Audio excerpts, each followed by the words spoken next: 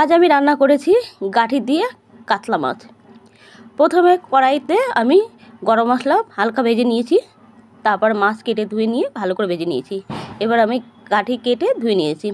এখানে আছে আদা, দুটো শুকনো লঙ্কা, কাঁচা লঙ্কা, জিরে আর হচ্ছে মগজদানা। এইগুলো আমি বেটে নিয়ে নেব। মাছ ভাজার পর কড়াইতে যে তেল ছিল আর কিছু তেল দিয়ে জিরে এবং শুকনো লঙ্কা আমি ফোড়ন দিয়ে দিয়েছি। মশলাগুলো করেছিলাম সেই মশলাগুলো মধ্যে দিয়ে দিয়েছি। তার মধ্যে নুন হলুদ দিয়েছি। একটু কষানোর পরে আমি কিন্তু এই মশলার মধ্যে কোনো জল দিইনি, আমি গাঠি দিয়ে একবারে নাড়াচাড়া করে তারপর আমি এই জল দিয়ে ঢাকা দিয়ে রেখেছি। এইভাবে যে তরকারিটা হয়ে গেল, তারপর আমি এই মাছগুলো দিয়ে দিলাম।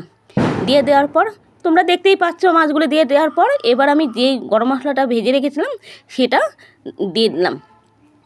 দেওয়ার পরে এইভাবে তরকারিটা হয়ে গেল। তোমরা এইভাবে রান্না করে খেয়ে দেখো কেমন হয়েছে, কমেন্ট করে বলো। আর প্লিজ আমার চ্যানেলটিকে সাবস্ক্রাইব করে দিও, লাইক ও কমেন্ট করো।